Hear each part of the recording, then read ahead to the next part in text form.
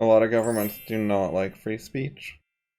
Moderating Hacker News. Yeah, they moderate a lot and they hide it. They're not honest about it in general, although I haven't paid attention for a couple of years. But they pretend that it's like user-generated content and whatever's on the front page is what the community wants, but they heavily decide it. And it's not just like politics where they have a left-wing bias and they censor right-wing stories but let some left-wing ones get in. Like they partly just censor politics in general, but they partly let some left ones in selectively, but not right-wing ones.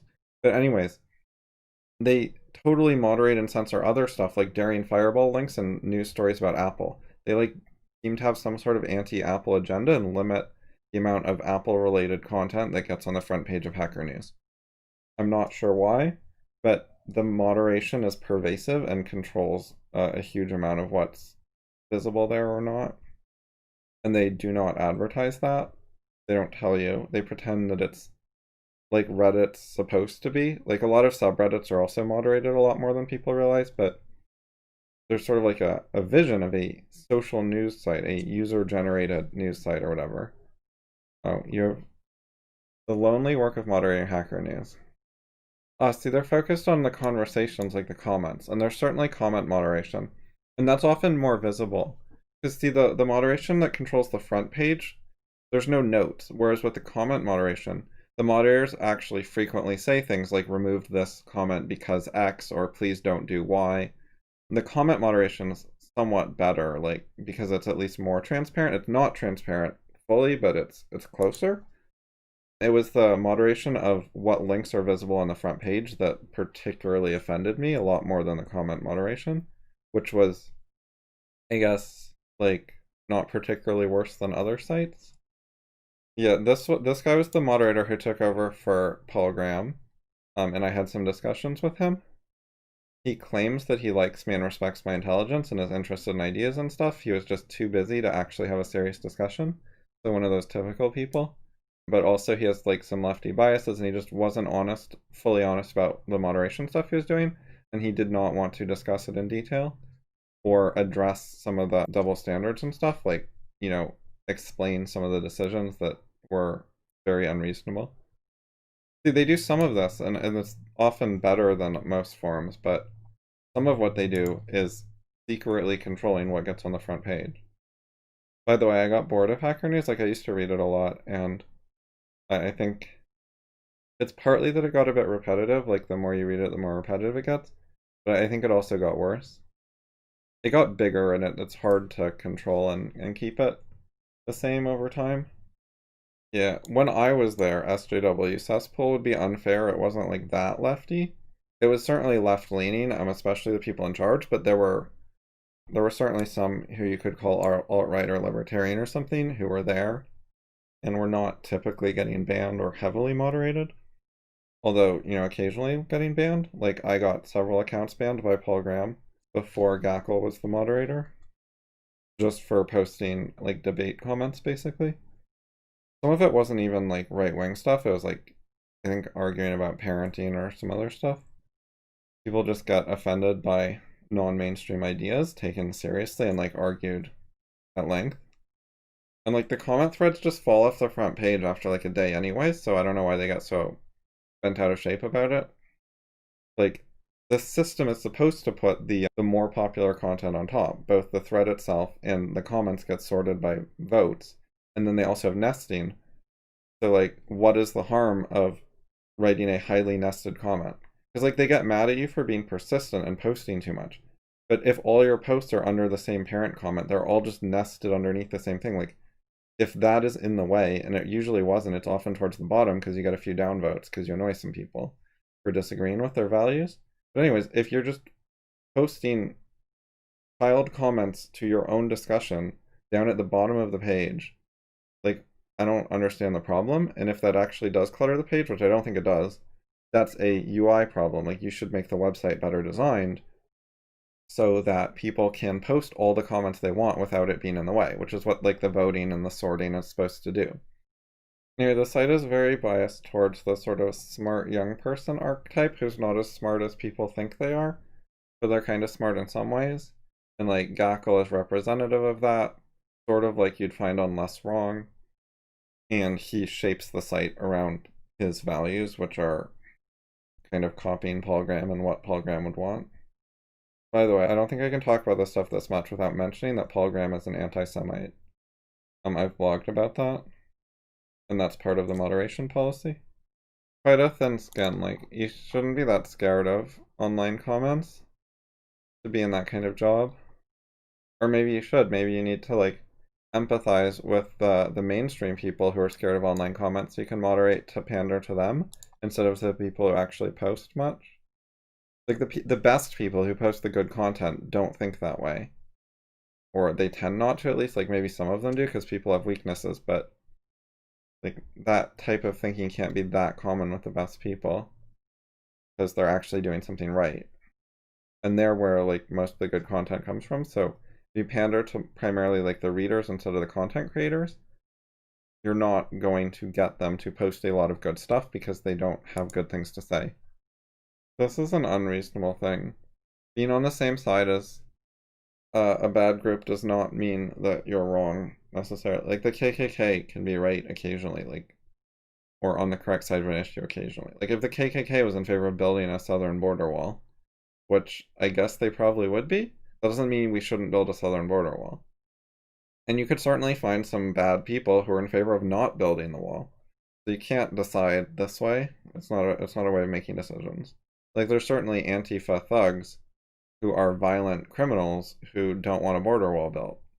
Like, even if you would defend, like, I don't know, 90% of Antifa members or something, you gotta admit there's, like, some bad guys there. Yeah, like, the people on XOXO are not fucking scared of getting, like, rude or negative comments or disagreements or whatever. Like, they can deal with it, and it makes a better kind of forum when people have thick skins instead of thin skins. You should encourage that instead of pandering to their weakness. Totally agree, Justin. Well, when you put it that way, if you rolled the clock back to, you know, right before the election, it sounds like a good idea, but, you know, in a more unbiased perspective, maybe bad idea? This adverb stuff seems right. Yeah, the moon is a less notable phrase, like it's less deserving of attention, so that's probably why. I think he's focusing on, like, which phrases matter the most, and he has a sense of which ones to bother with and which to skip. Counting subordinating conjunctions as part of the clause that they join is standard. Like, that's more normal than the way I explained it. I don't like it. I think there's, like, they sort of try to have it both ways on whether those are conjunctions or not. The word home is shorthand for to home. It's a special case. There was some core I read about it a while ago. When you say, like, I ran home, it means I ran to my home. It's still an adverb, though, because it's modifying ran. To my home says where you ran. Conjunctive adverb is a thing. It's like the word therefore, which is why therefore goes after a semicolon. I wanted a list. Here we go. Right, so stuff like this. You can't use the word further as a conjunction. So yet is a coordinating conjunction. I don't know what's on the list. I wouldn't trust all of these, but most of these, like, namely, are not conjunctions. They're a different thing. You see, like, then and therefore are good examples. They're not actually conjunctions, but they are commonly used when you have two clauses to help introduce the second one. Sometimes they come after semicolons. I don't think I mentioned, but when was not on the list. It's not a conjunctive adverb. I agree that it's a conjunction. I wasn't disagreeing with Anne, I was just, like, clarifying what real concept Peikoff was mixing up there. Like, I thought she might get the impression that conjunctive adjectives are, like, a dumb idea in general, just because Peikoff was talking about them wrong. But in general, they're an okay idea, just not in that particular case. Wait, is the by actually in the sentence? I mean, I guess it could be in the sentence. But it doesn't have, like, a pronoun meaning for when. Yeah, if you go look through that list, there's a lot of words that are not conjunctions. They're just adverbs. And it's reasonable to take, like, those adverbs that are similar to each other and give them a label. It's not like a important label. Like, conjunctive adverb doesn't mean that it's different than an adverb. It's just like place adverb. It's just sort of organizing things for you. It doesn't do anything special, it's just grouping similar things together. See, this is what I was thinking, except that when didn't show up as a pronoun here. Should I check other dictionaries? When, adverb, conjunction. Oh, pronoun. This one has pronoun. Pronoun. Noun. Pronoun, noun. Okay. So it can do that. I was right the first time that it's just the New Oxford Dictionary let me down. New Oxford is like really flawed sometimes, but it's also, I find it useful a lot of the time too. But it can be kind of hit or miss. I originally disliked it because I found that the word definitions, like the explanations of what words matter, not for grammar purposes, just for philosophy, were bad, and Merriam-Webster was significantly better. I don't know if there's a best dictionary. If I had to pick one, maybe Webster's third. I think the best dictionary is to check a bunch of different ones. But like, yeah, Webster's third and Random House Webster are okay, I think. I think they're more consistently decent than New Oxford. The Oxford English Dictionary is useful, but I wouldn't want it to be my like solo dictionary. Well, if you read multiple dictionaries, you can see different definitions and like what they say that's the same and what's different. If you find like 3 dictionaries say one thing and one says something different, usually the 3 are right. Because each one sometimes will like say something weird or wrong. But it's less common that multiple dictionaries get the same thing wrong. Like in this case, this dictionary left out that when can be a pronoun or noun, whereas like several other ones included that. Maybe when is the subject of start? So I might call this an infinitive clause because there is an implied subject of remove. The person doing the removing is not just anyone, it's Jack. So there is a subject there. So you can also look at it as like began to remove as a group of verbs working together, and then say Jack is the subject and his code is the object, rather than saying that it's Jack began remove, and then remove is Jack remove his coat. So it's sort of like Jack began Jack remove his coat, because Jack is definitely the subject of remove. Remove does have a subject conceptually. There's an actor doing the removing that we're talking about. Oh yeah, it's ode to her great sculptors, not debt to her great sculptors, I think. Well, okay, so you could in general say, a debt to her great sculptors is bad, which would have to her great sculptors modifying debt. But you can also say, to her great sculptors, Italy owes a lot, in which case I think it's modifying owes. You can say Italy owes a lot to her great sculptors. It doesn't make sense to say like a lot to her great sculptors. It doesn't like stand on its own very well. I think it would modify owes. I think the original is just ambiguous. Like it could be the debt or the owing that is to the great sculptors. I think it works okay either way. So I'm gonna say ambiguous. What's a verb ending in NE? Like an example. Or maybe like gone, G-O-N-E. This is not super helpful, by the way, these ending lists. Like that's a lot of things end in some of those. En and ed are the common ones for past participles, I think. I don't agree that they have to be set off by commas. That just sounds wrong to me. I don't know why they would think that.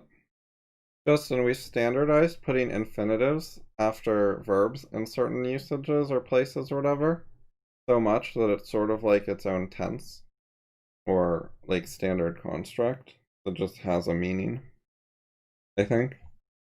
There's some standard example, like isn't there one of the tenses you just use infinitives in it? Or some sort of verbal? Yeah, like had been eating. That's like a standard tense and it just has a verbal in it, eating. Now, you could say that had been is the real verb and eating is the object or something, but people seem to consider eating to be like a verb that is part of the finite verb group.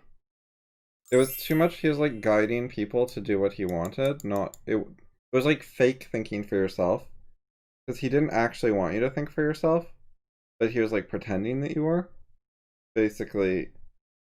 And I was trying to fake how much interaction was actually happening in the class and make it seem like a more interactive course than it was.